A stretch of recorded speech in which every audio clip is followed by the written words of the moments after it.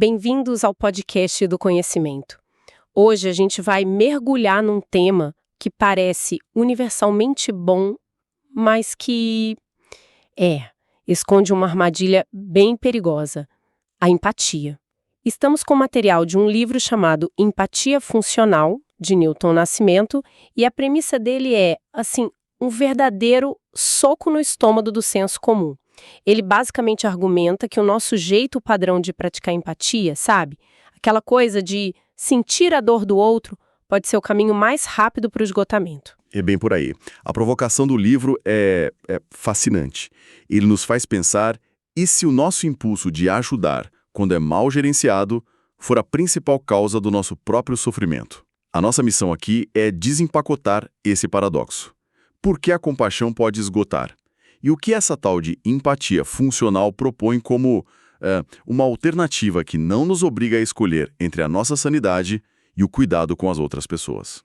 É sobre equilibrar o coração quente com a mente fria. Coração quente e mente fria. Gostei dessa imagem, porque a ideia de que sentir demais pode paralisar a gente é algo que intuitivamente muita gente já sentiu na pele, né? Então vamos começar por aí. Pelo lado sombrio de ser uma pessoa muito empática. O autor abre o livro pintando um cenário que é dolorosamente familiar.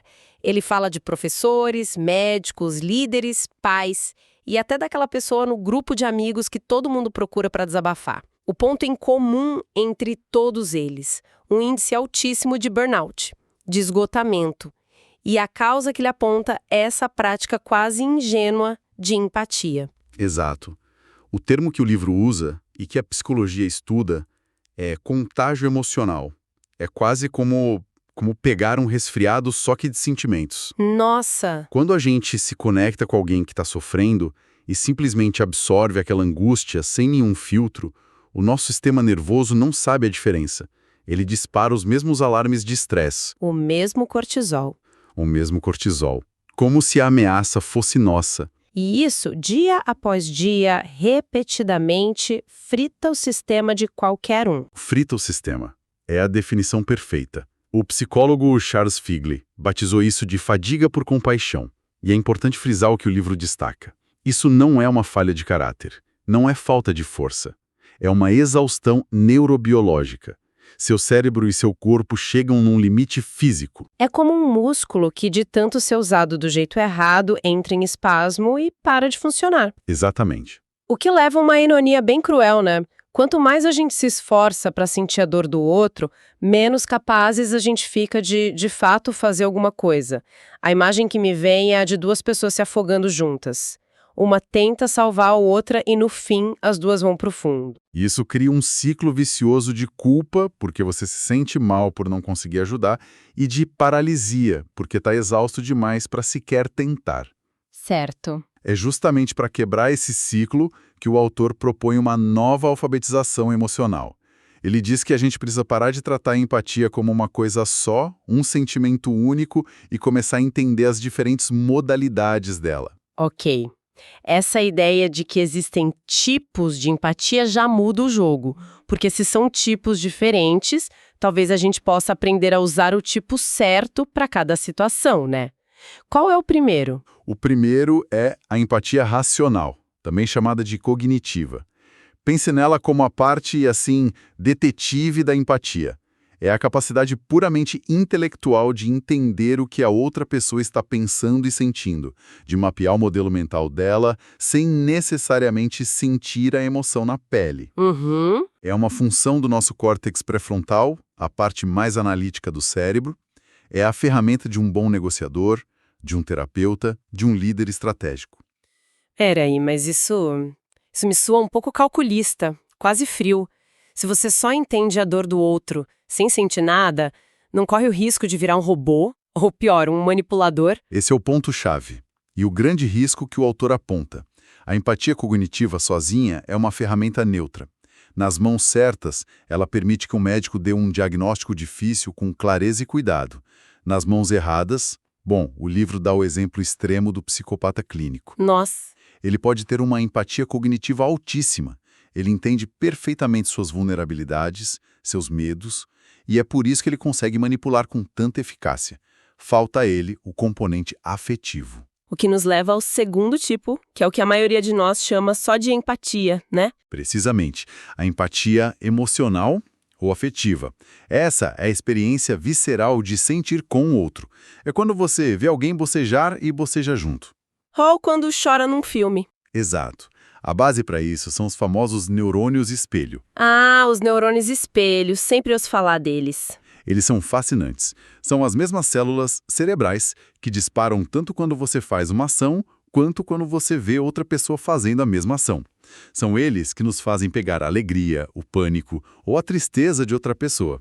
O problema é que, sem controle, eles não têm discernimento. Se o ambiente está em pânico, eles te colocam em pânico. E aqui é que mora o perigo do contágio que a gente falou no início. O livro usa uma imagem muito forte, a da pessoa que chega num acidente e, em vez de ligar para a emergência, senta no chão e começa a chorar junto com a vítima. Sim. Agora não temos um problema, temos dois. Nenhuma ajuda eficaz é oferecida ali. Certo. E isso nos leva à grande sacada do livro, a síntese, o que o autor chama de nível superior, a empatia compassiva.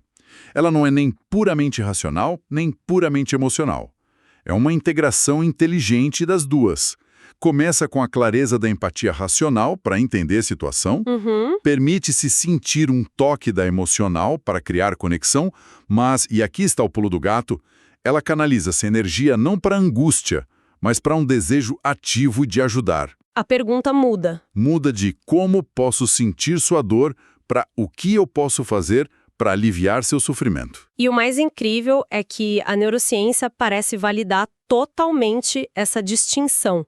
O material que temos aqui é bem claro sobre isso. Sim, as pesquisas de neuroimagem são impressionantes. Quando induzem a angústia empática em voluntários, as áreas cerebrais ativadas são as mesmas ligadas à nossa própria dor. É literalmente uma experiência de sofrimento para o cérebro. Entendi. Mas quando treinam essas mesmas pessoas em meditação da compaixão e pedem que elas foquem no desejo de ajudar, o cérebro acende em outro lugar. Os circuitos de recompensa, de afiliação. Libera dopamina, ocitocina. Então, é quase como se nosso cérebro tivesse um mecanismo de autopreservação. Ele nos penaliza por um sacrifício que nos tira do jogo, que é o contágio. Exato. E nos recompensa por uma ajuda sustentável, que é a compaixão. Não é sobre ser egoísta, mas sobre ser eficaz a longo prazo. Essa é a tese central. A compaixão nos energiza, o contágio emocional nos drena. A empatia funcional é, em essência, a prática deliberada da empatia compassiva. Ok, a teoria muito elegante, muito poderosa, mas na hora do aperto, sabe? No meio de uma crise na empresa ou numa discussão em casa, como isso funciona de verdade? A gente consegue lembrar de ativar os circuitos de recompensa quando o sangue está fervendo? É aí que o livro vira um manual prático. Ele propõe uma metodologia, um passo a passo. E tudo começa com o que ele chama de filtro da funcionalidade. O primeiro passo é criar, conscientemente, uma distância emocional saudável. Entendo o ponto, mas, para muita gente, isso pode soar como frieza ou indiferença. Como o autor diferencia essa distância saudável de simplesmente se tornar uma pessoa apática? Ótima pergunta. Não se trata de construir um muro, mas de estabelecer uma fronteira clara. A metáfora que o livro usa é a de um cirurgião. Certo. Para realizar uma operação e salvar uma vida, o cirurgião precisa de foco, precisão e calma. Ele não pode se deixar inundar pela angústia da família do paciente. Essa distância não é frieza, é o que o torna funcional. É profissionalismo. Exato. A frase-chave a se internalizar é: a dor é dele, a responsabilidade de ajudar é minha. Sofrer junto não ajuda. E como a gente faz isso na prática, quando a emoção do outro te atinge como uma onda? O livro oferece algumas técnicas, tipo primeiros socorros emocionais. Uma que eu acho muito eficaz é a da nomenclatura. Nomenclatura? Sim, simplesmente dar um nome à emoção que você está captando no outro. Em vez de ser engolida pela ansiedade dele, você observa e pensa: ok, o que estou percebendo aqui é ansiedade. Essa é a ansiedade dele. Esse ato de nomear já cria uma pequena separação entre você e o sentimento. Outra técnica que me chamou a atenção foi a da âncora fisiológica. Essa é ótima. Focar na sua própria respiração por alguns segundos ou sentir o contato dos seus pés firmes no chão, isso tira a sua atenção do turbilhão emocional e a traz de volta para o seu corpo, acalmando o seu sistema nervoso na hora. É um jeito de dizer para o seu cérebro, apesar do caos lá fora, aqui dentro eu estou segura. Exatamente. Com a calma estabelecida por esse filtro, qual o próximo passo? O mapeamento racional da necessidade. Isso. Com a mente clara, você age como um detetive. A premissa aqui é que o que a pessoa sente raramente é o que ela de fato precisa. A emoção é só o sintoma. É o sintoma. Por exemplo, um funcionário que explode de raiva após um feedback. O sintoma é a raiva. A necessidade por trás pode ser medo de ser demitido ou a necessidade de se sentir respeitado. A empatia funcional ignora a fumaça e procura o fogo. E uma vez que você mapeia a necessidade real, vem a ação. Exato. A ação concreta. O autor critica muito o que ele chama de pseudo-empatia. Aquela que é só dizer, nossa, que horrível, e não fazer nada. A proposta é a teoria do pequeno gesto. Em vez de dizer a alguém que foi demitido, você precisa reinventar sua carreira, que é paralisante, um pequeno gesto seria, que tal a gente pesquisar junto por 30 minutos numa área que você gosta? Só para ver o que aparece. Faz todo sentido. Essa microação quebra a inércia, combate a impotência e reconstrói a autoconfiança. É a diferença entre empurrar alguém para fora de um buraco e descer uma escada para a pessoa subir degrau por degrau. Então vamos levar essa metodologia para o mundo real. Como um líder funcional aplicaria isso numa crise no trabalho? Ótimo. Vamos imaginar um cenário clássico. A equipe perdeu um prazo importante. O cliente está furioso. O clima é de pânico. O líder com empatia emocional. Ele sentiria o pânico, ficaria estressado junto, talvez apontaria culpados. O resultado? Mais pânico. Certo. Agora, o líder funcional. Como ele agiria? Primeiro, o filtro. Ele respira fundo, ancora-se, separa o pânico da equipe da sua responsabilidade de liderar. Ele mantém a calma. Segundo, o mapeamento. Em vez de perguntar quem errou, ele pergunta o que no nosso processo falhou. Ele investiga a causa raiz. E terceiro, a ação concreta. Exato. Com o diagnóstico ele não diz, precisamos melhorar, mas propõe. A partir de hoje, teremos uma reunião diária de 15 minutos para alinhar, eu vou renegociar o prazo e nós vamos focar em entregar a parte X até quarta. Ele substitui o pânico por um plano de ação. A diferença é brutal. E na vida pessoal, o livro diz que é ainda mais desafiador. Muito mais, porque os laços são mais fortes e as fronteiras mais difusas. O livro posiciona a empatia funcional como o grande antídoto para a codependência nos relacionamentos. Vamos a um exemplo prático. Meu melhor amigo acaba de terminar um relacionamento e está devastado. Meu impulso imediato é mergulhar na tristeza com ele, tentar resolver a vida dele, vamos sair, beber, esquecer tudo. Como a abordagem funcional seria diferente? A abordagem funcional começaria com um filtro. Você reconhece sua própria angústia ao ver seu amigo sofrer, mas não deixa que ela dite suas ações. Em vez de resolver, você primeiro valida o sentimento dele. Eu imagino como isso deve estar sendo doloroso. É normal se sentir assim. Isso cria conexão. Certo. Depois, o mapeamento. O que ele realmente precisa agora. Distração, um ombro para chorar. Espaço, e então, o pequeno gesto. Em vez de arrastá-lo para uma festa, a ação concreta pode ser: estou aqui. Que tal se eu apenas passar aí para a gente assistir a um filme ou posso te levar comida?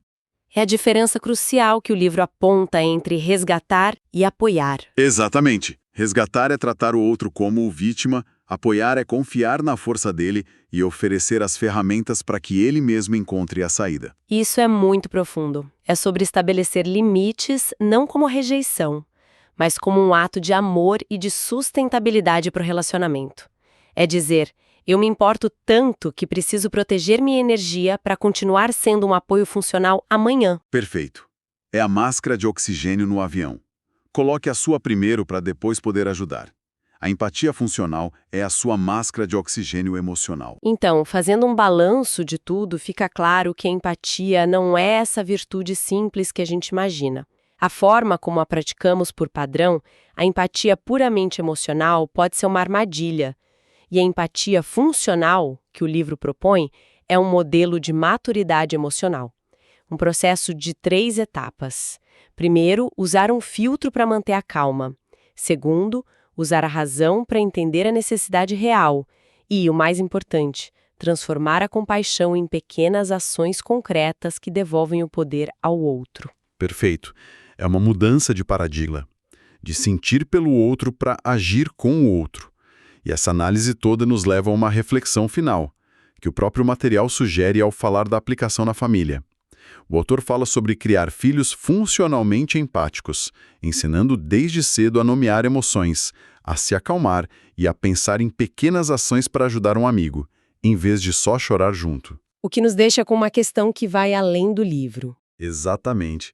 A questão que fica no ar é: se a empatia funcional é uma habilidade que pode ser aprendida, uma competência que pode ser ensinada, qual seria o impacto em larga escala se a nossa sociedade começasse a tratar a regulação empática com a mesma seriedade que trata a matemática ou a linguagem? O que aconteceria se isso fosse parte do currículo fundamental nas escolas? Estaríamos criando uma geração não menos sensível, mas infinitamente mais eficaz em transformar compaixão em progresso real.